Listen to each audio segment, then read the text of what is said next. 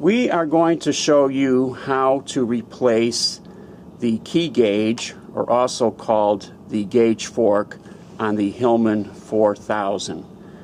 Tools required will be a 1/8 inch Allen wrench and a T27 torque security wrench. So when you go to remove the gauge fork, you simply pull it down and you loosen up the key guide or key tracer hold down screw. Now when you remove this screw, you bring it out completely and also remove the guide hold down washer, put aside.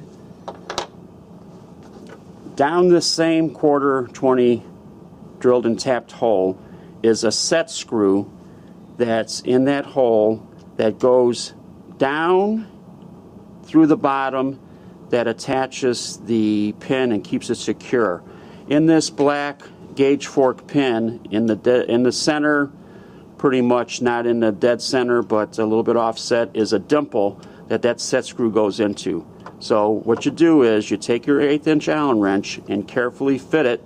You will feel the set screw loosen up. The best thing to do is completely remove the set screw from the hole, because when you're going to go back to reassembling it, you want to line up the dimple with that hole, and you want to place that set screw back into the hole itself. The next step is to take the gauge fork pin and push it out towards the left. Carefully just pull on it, holding your gauge fork spring so you don't lose it. Pull out the rod, hold it in the position how you pulled it out. You will notice that there is a dimple in this shaft, and it is shorter end on this side. That's how you want to put it back in. So you want to put that aside, take off your damaged or worn out broken gauge fork, put aside, take your chip brush, clean any chips where you're going to assemble to keep it clean. You want to take your new gauge fork, you want to place it over the key tracer tower or key guide tower there. You want to take your black pin, you want to slide it back in the hole of the gauge fork. About maybe a 1/2 inch sticking out of the gauge fork pin to insert the gauge fork spring. The gauge fork spring goes in between the left end of the gauge fork to the right side of the key tracer or key guide tower.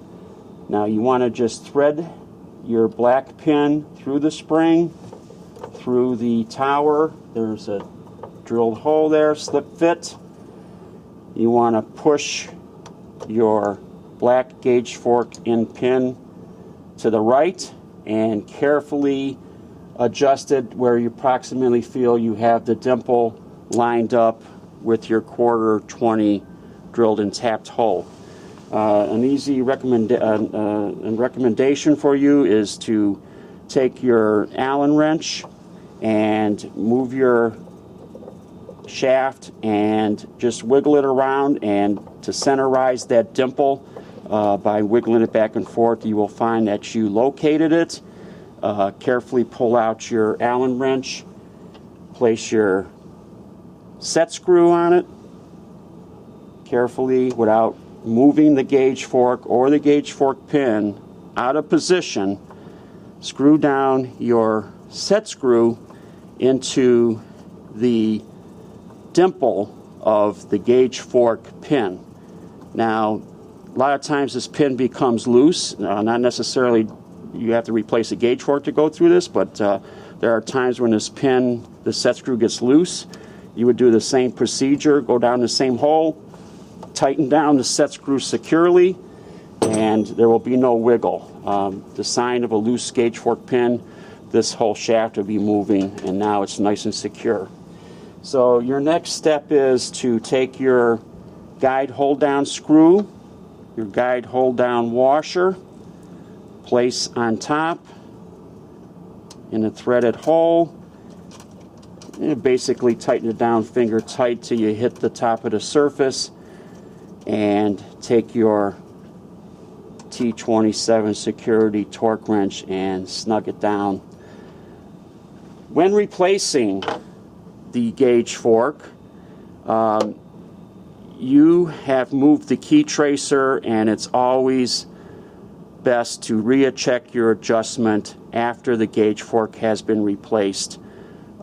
You want to definitely check your depth and spacing, and do not use the key machine till you do so.